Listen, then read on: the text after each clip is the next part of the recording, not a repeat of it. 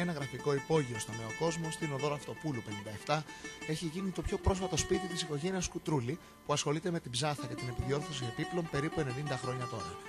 Εκεί συναντήσαμε τον συνεχιστή αυτής της παράδοσης, τον κύριο Κώστα Κουτρούλη, που μας καλοδέχτηκε και μας είπε πώς ξεκίνησε ο ίδιος την σπάνια αυτή δουλειά. Από τότε που γεννήθηκα, η οικογένειά μου κάνει αυτή τη δουλειά. Λίγο κράτα εδώ, λίγο κράτα εκεί, λίγο κάνε αυτό, λίγο το άλλο. Η δουλειά μαθεύτηκε. Ασχολιόντουσαν οι γονείς σας, ο παππούς σας? Το μαγαζί αυτό το έχω είναι από το 1925, όταν το άνοιξε πρώτα ο παππούς μου. Μετά συνέχισε η μάνα μου, έκλεισε στον πόλεμο γιατί πήγε όμηρος ο παππούς μου. Άνοιξε μετά τον πόλεμο και μέχρι σήμερα υπάρχουν. Σόι πάει το Βασίλειο. Σόι το Βασίλειο. Τα παιδιά σας ασχολούνται? Η μεσαία ναι, η μεγάλη όχι. Η μεσαία, η κόρη μου ναι, ο μικρός εδώ, αυτό εδώ το... Όλο και κάτι με βοηθάει. Το βλέπεις σαν παιχνίδι? Παιχνιδάκι. Αλλά κοντά στο παιχνίδι έτσι έμαθα κι εγώ. Πάμε να τρίψουμε αυτό, πάμε να πάρουμε το ένα, έτσι έμαθα κι εγώ τη δουλειά. Γενικότερα τις μέρες που δεν δουλεύουν είναι εδώ όλη μέρα? Ναι, κάθε μέρα, όλη μέρα. Εδώ είμαστε, εδώ διαβάζουμε, εδώ τρώμε, εδώ κοιμόμαστε, εδώ όλα. Το έχουμε καταργήσει το σπίτι. 8 με 10 τουλάχιστον. Ναι, ατέλειωτες ώρες. Από όσο μας είπε, η επιδιόρθωση επίπλων και κυρίως η ψάθα είναι μια δουλειά που όχι μόνο σπανίζει στην Ελλάδα, αλλά δεν υπάρχει καν στο εξωτερικό. Ναι, γενικά ούτε στην Αμερική ούτε στην Αγγλία έχει κόσμο που να μπορεί να επισκευάσει έπιπλα, δηλαδή αποξύσιμο, λουστράρισμα, ψάθα, τα πετσαρία, τίποτα. Έχει. Χάλασε το πέταμα. Μερικές φορές μπαίνω σε εκθέσεις πιο πολύ ενημερωτικά για τον κόσμο, ότι υπάρχω, ας πούμε, ότι υπάρχει άνθρωπος που φτιάχνει ψάθα. Γιατί πραγματικά δεν έχει έξω ανθρώπους να φτιάχνουν ψάθα, χειροποίητη ψάθα.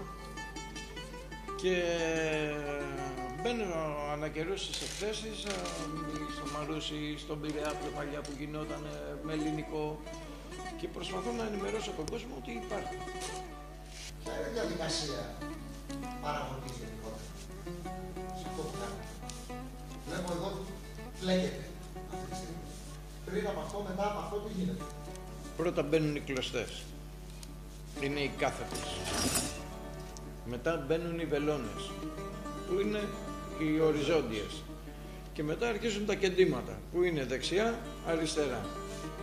Και στο τέλος μπαίνει ο γύρος. Δηλαδή έχει 5 χέρια. Καθαρή ώρα δουλειά για κάθε πράγμα? 4 ώρες τουλάχιστον. Το λιγότερο. 4 ώρες τουλάχιστον σε καρέκλα. Τα τελάρα πηγαίνουν πιο γρήγορα, αλλά σε καρέκλα 4 ώρες τουλάχιστον. Άνθρωπος που αγαπάει την καλή ποιότητα στα έπιπλα και θέλει να αναζωογονεί την παλιά του δόξα, μας περιγράφει τι περιλαμβάνει η δουλειά του, η οποία μέχρι και να τον δρομοκρατήσει έχει καταφέρει. Ξύσιμο, λουστράρισμα, μια τραπεζαρία, να την ξαναφέρει στην αρχική της μορφή.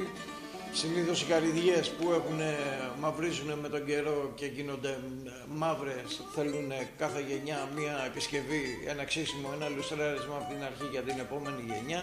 Έπιπλα που δεν παθαίνουν και δεν πεθαίνουν και ποτέ. Ποιο είναι το παλιότερο έπιπλο που σας έχουν φέρει? Είτε σε εσάς είτε πιο παλιά στον παππού σας?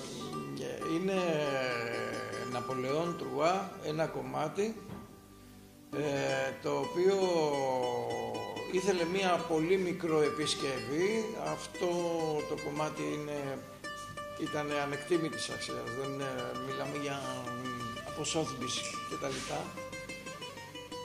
Και ήθελε μία πολύ μικρή επισκευή και τρομοκρατήθηκα. Ακόμα και τώρα που στο λέω παγώνα, δηλαδή δεν θέλω να ξανααντιμετωπίσω κάτι τέτοιο. Τι επισκευή?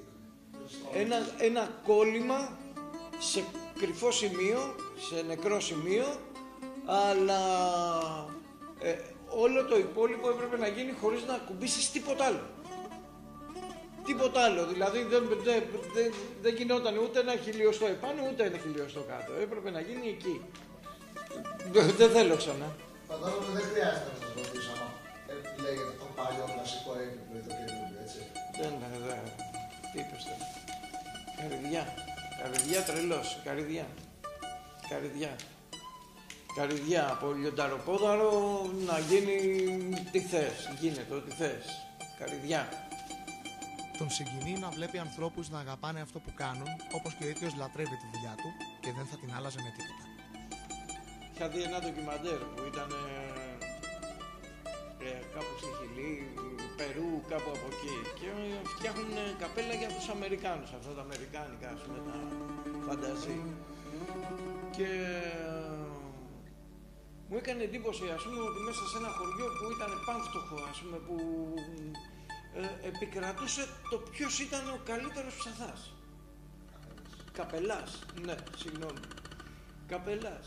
Και ρωτάνε έναν, ας πούμε, εκεί πέρα που ήταν ξυπόλυτη, μέσα στη λάσπη, μέσα στα τέτοια, του λέει, αφού έλεγε για τη δουλειά, ας πούμε, πώς το πλέκουνε, πώς το κάνουνε κτλ. Του λέει, εσύ είσαι ο καλύτερος καπελάς? Του λέει, όχι. Αυτός είναι ο καλύτερος καπελάς. Και έδειξε έναν άλλον, ας πούμε. Έτσι κι εγώ. Καλύτερος, πιστεύω ότι είμαι ο καλύτερος καπελάς. Ψαθάς. Σωστό. Μια ζωή ψαθάς. Μια ζωή, ναι. Δεν θυμάμαι να κάνω κάτι άλλο. Μακάρι να το κάνετε για όλη την υπόλοιπη. Ναι, είναι... Φίλε, δεν γίνεται. Δεν μπορώ. Δηλαδή, η ψάθα είναι η ζωή μου. Δεν θέλω να ξέρω τίποτα άλλο.